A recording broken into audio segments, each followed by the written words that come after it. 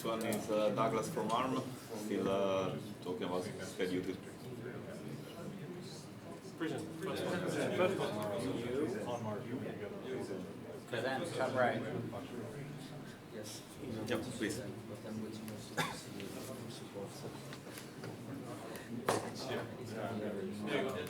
This one.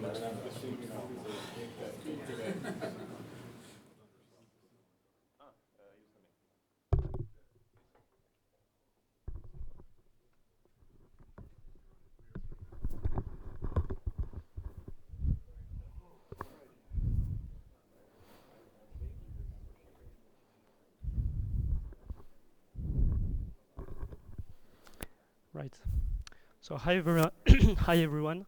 So I'm Douglas Raillard. So I'm working in the ARM kernel power team.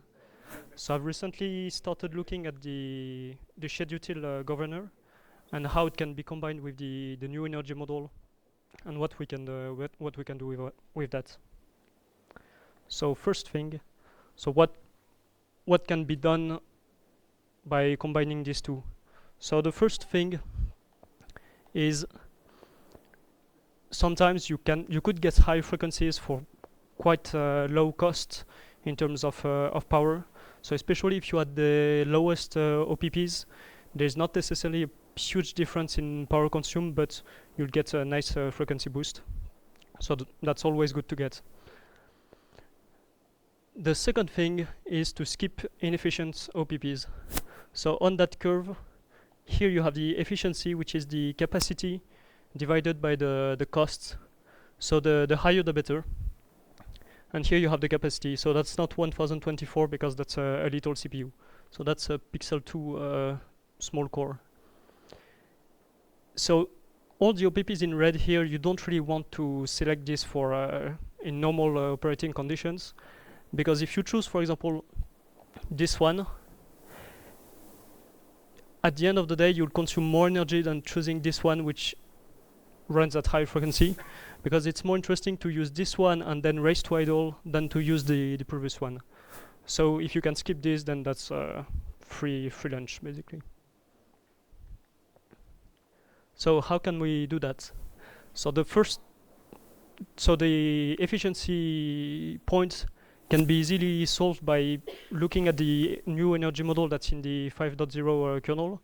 So it just tells the cost for every OPP, so you just have to skip any OPP that has a lower cost than one with a higher frequency, with a higher cost than one with a higher frequency, and you're done. So that's really easy to do.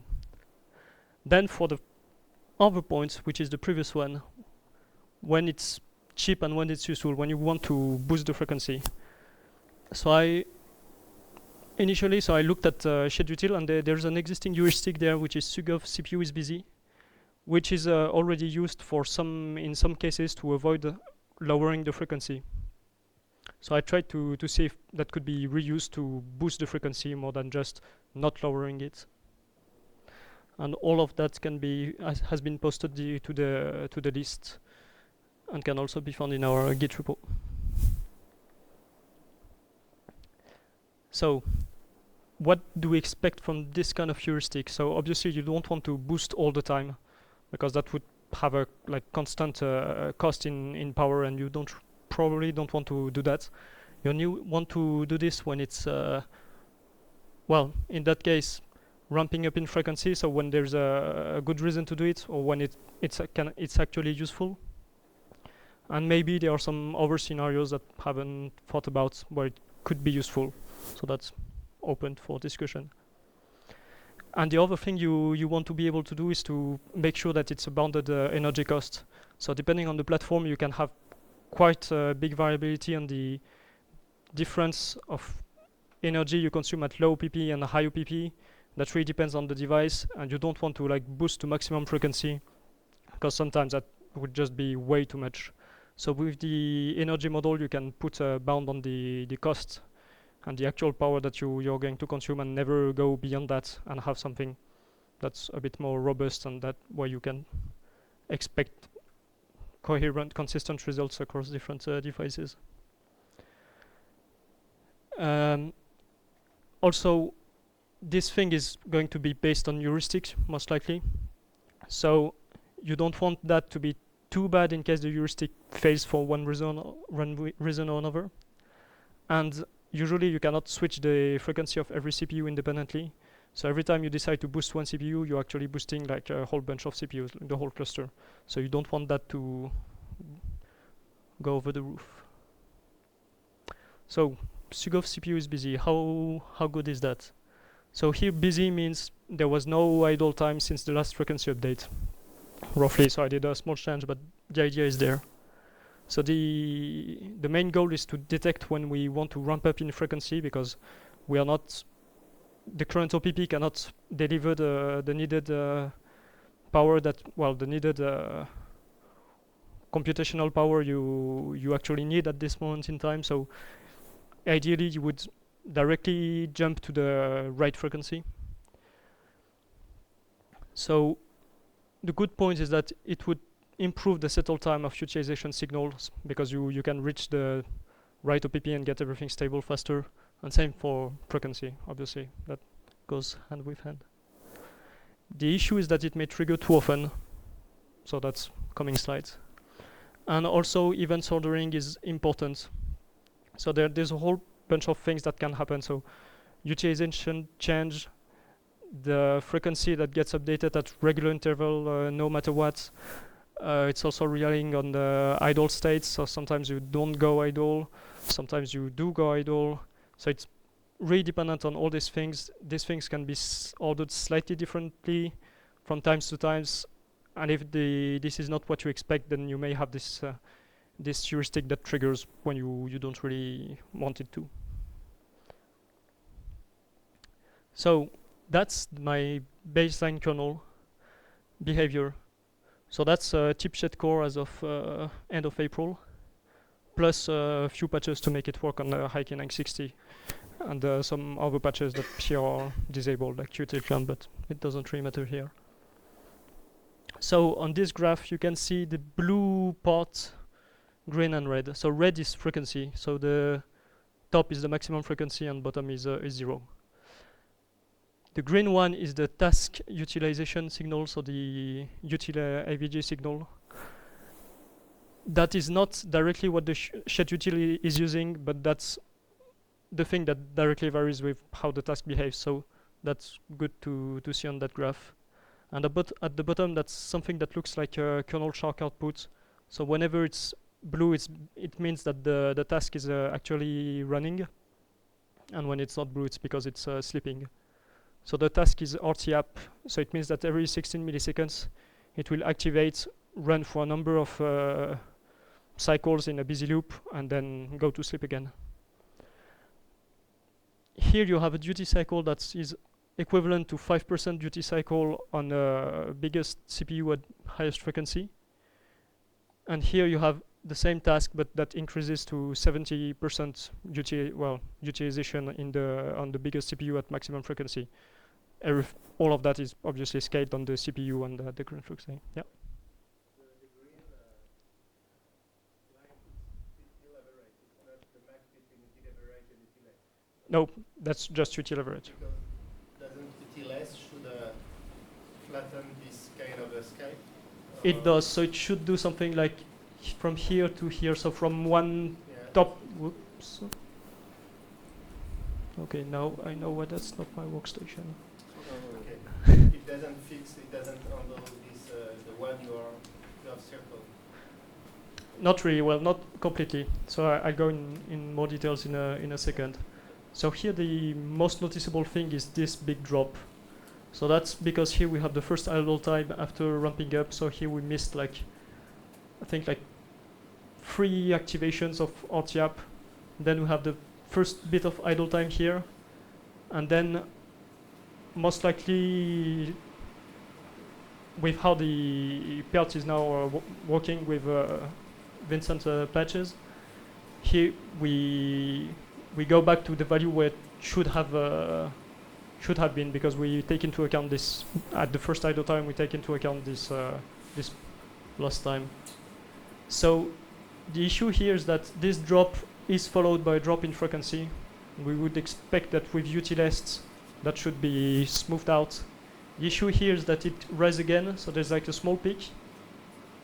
And at this peak, utilized becomes lower than what it used to be before. So you still have a drop in frequency that's just like shifted by one peak, more or less. So the behavior there is that utilized, as it is implemented right now, it's that feature that uses around the average, and we collect sample every time the task goes to sleep. So at the very first sleep, where you are up at the peak, we collect that sample, and this is what we call the last sample, and we put that into the running average. But at that point, the running average is very low. It's like around 0 for utilized, because we have many activation which is around 0. So the very first activation, we use utilized, and we keep the, but the second activation, we get a value which is the decayed value. So we have the max between the last sample, which is the decayed value, and the running average, which is not yet up to that level. So I think that if you want to fix that, what we utilized, what we should do is basically reset the running average when we have peaks going up, and use it only to smooth the going down phase. That will fix all the behavior and will maintain the peak for all the, and until you follow the other step going up to 75. So your problem is that you have a big run followed by a short run, No, but and then that's why. Yeah, last you have look back in the past only of one sample for last sample, and then the running average is not yet up to maintain that one. So if we translate it into running average is move only the going down, so we are a little bit more performance oriented. It does not be done because the mechanism that this is right now, it's more like energy conservative, kind of. The idea was that maybe binding it with the boosting of a task. If a task is a top-up task, whatever, we can go for the max, like reset the average and follow only down. While if the task is a background task, we like maybe better that behavior, so it should be kind of a tunable or we can do something, or we can just change the default to be more performance oriented and fix those cases, and then eventually have the other behavior for low priority tasks. Right. Is it the first time you see that the frequency is not dropping? The Yes. first drop is at the second activation at Yeah, here it's still boosted, and it only drops here, like right after this small second peak here. Can you remind me? So you have a short running phase, then a long running phase. So there are only two phases, the short running one and the long running one. So here you don't see. 5% for consign and then also 70%. Okay. Yeah, here you don't see any idle time because the frequency has not reached its target level yet. But still, ideally, it would like look like that So right from here. in this That's long the. period, in fact, you are missing your deadline. Yes, we are just missing the data. So there should be like a bit of idle time here, here, and here, but it was not at the right frequency, so we missed it like three times in a row before we get. And then we start missing it again because we have drop in frequency. Then we increase again and become stable.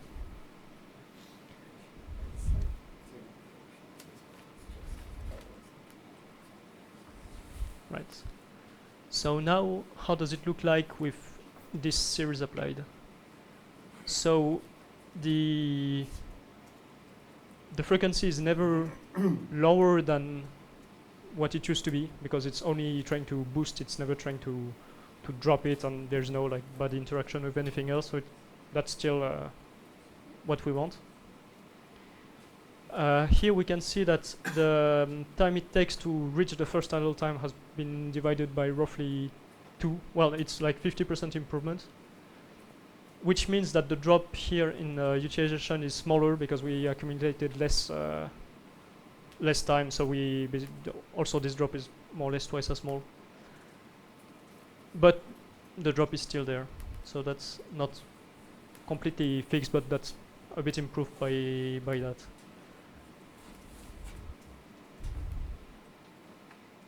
So now if we look at the details of how this heuristic is performing. So here I overlaid an additional curve to make it even less readable. So every time you have a yellow event, so that means that frequency So there was an update in frequency, so the getNext function was called to see if there was any new frequency to be selected. So whenever it's yellow, that means that there was no boosting involved, and whenever it's magenta, that means it was boosted. So here we can see that it's not boosted at all when when the CPU is mostly idle, still running for 5% of the time, but so it's not boosted at this point in time, which is what we want. We definitely don't want to see any boosting here. It's also boosted here at the beginning of when we are trying to ramp up, so that's exactly what we want here. We want to have a big boost and reach the target frequency as fast as possible. But we also see some boosting in the middle here, and really this shouldn't be there, because here we reach the target frequency, we are at the right OPP, and there's no reason to boost there. So that's at like 6.2, where you have them boost lines. Would you be seeing a sawtooth frequency graph without that? sorry. At like 6.2, you also have boosts. Would you see sawtooth frequency without the boosts?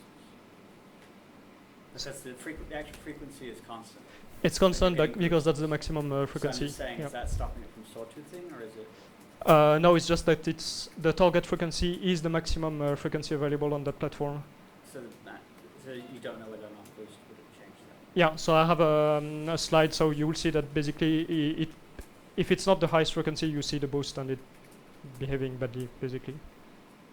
So you're saying if you remove the boosting, the frequency will drop a bit. That's what I'm asking. I'm asking. So the frequency wouldn't drop because the target frequency, if we go back to the mainline behavior, that's still like reaching the maximum frequency here. So Yep. So maybe it would be possible to experimenting with allow you to Yeah, so I do have that at the end. This is probably one of those exposures that we shouldn't document trigger because we are already. Yeah, definitely. This one we want to get rid of this. That's But yep. the problem is because you get like a wrong behavior from Sugov is busy, right? Well, in the current way it's used, and I don't think there's any issue. But if we start using it for that, then that may But the not be the difference best thing. between like when you boost and when you not boost is because Sugov is busy giving you like Yes. wrong input signal, and that's why you ask the energy model for Yeah, boost right. or not. Yeah, so that's something that I should have mentioned. So Yeah. when I boost, basically I say you can spend twice as much energy. So pick the highest OPP that will not spend more than twice the energy. So that's significant boost. That's probably not like a value you want to see on a real device, but at Hikey 960 it only has 5 OPPs, and if you put like 5%, then it's never going to change anything because it will never go over the threshold for next OPP. That was my question. How do you define the boost that you want to apply? Yeah, right. At the moment, that's 512 hard-coded in the series, so easy. So if we zoom a little bit, so that is from here to there, roughly. So we see that at the beginning it's behaving as expected, right? But we see here that it's boosting at kind of random point in time. So here we see it's boosting at the end, which clearly doesn't make any sense from what we want to achieve. Sometimes it's even like boosting after it's not doing anything anymore, which is probably right before entering idle, but we boost here, which is definitely not what we want to do. And then we boost right at the beginning, so this what could be kind of legit, but yeah, that's not necessarily what we want. And that's what happens if you add more steps between 5% and 75% utilization. So you can see that's the mainline kernel, so chipset core. So it's like quite constant. And here you see that what you mentioned before is that here you do see the spurious boosts in the when you shouldn't see anything, and that's not the highest frequency, so it's not flat. It was just because we couldn't see it on the previous slides because it was capped by the fact it's the maximum frequency. But that's Yeah, That's those it. things maybe should improve if we change Yeah. the utilization to be as we described for always, where we should be more flat. so So yeah, so the exact reason why it's boosting here, here, and at all these points, so it seems to be not that straightforward. There are probably multiple reasons involved. There's definitely some. So that's utilization is not the utilization that's used by schedutil, because schedutil is using the max between that signal and the utilized enqueued signal. So that doesn't have exactly the same shape, and it also brittle in the sense that it relies on the ordering between becoming idle, utilization increasing, and also this regular interval at which you update frequency no matter what. So there are probably multiple cases involved here. Yeah. Just one thing, so the sugar is busy thing checks that if you had idle time since the last frequency update, right? Yes, I modified it slightly, so it's like since the last utilization increase as seen by schedutil, which takes into account also the deadline RT.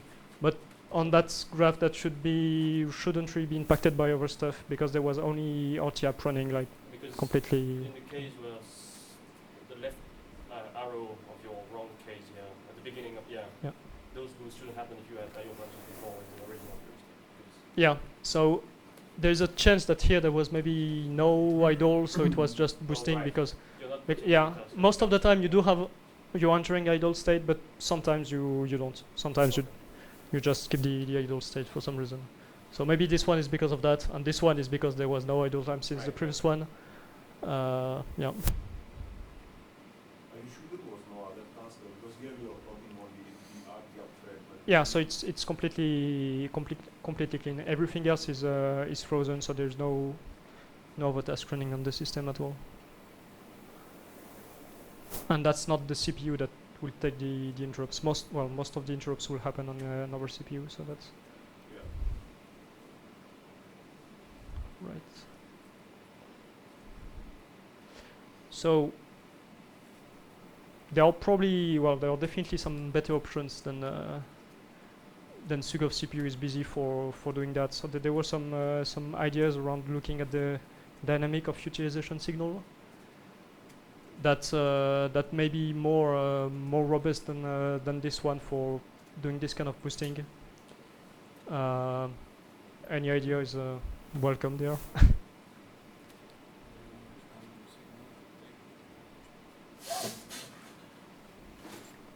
Don't we use instead of busy? We have this utilized value, and at some point, I mean, you will have the util average that will go over utilized, which means that we are increasing compared to previous activity. Yeah. Can you use that instead of trying to detect some idle time? You say, okay, now we are above previous activity, we need to boost. Yeah.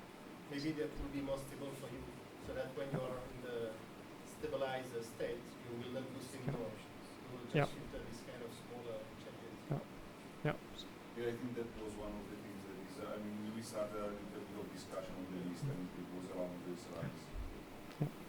Or to explain exactly. Right. Another way it can be to. I think that that's the most promising, but maybe if you can also cache the time at which the CPU exit idle and define some heuristics that knows, okay, if I'm running for a certain amount of milliseconds, then I just consider the CPU that easy and keep boosting if we need it, because the utilization is probably going to go up. Maybe that's another option that we can try to experiment and see. Yeah. And the question is what is the best barrier? Yeah, and the other point was try to actually use number running to see, like, there are spurious boosts that happens when the CPU is actually idle, and we can filter out those. There are no tasks to when we don't really need to boost. Well, so with this heuristic, there was when the CPU is mostly idle, it doesn't happen. So that's at least this is covered by the current case. So that's. But there are some CPUs. So you mean like this one one, there, for example, yeah. just here? Yeah. So that's like probably right before entering idle. So yeah, if you say idle as not doing anything useful, then yes. We have cases in which we schedule just before the task goes to idle, and then we keep going on a certain frequency, and but the CPU is already idle.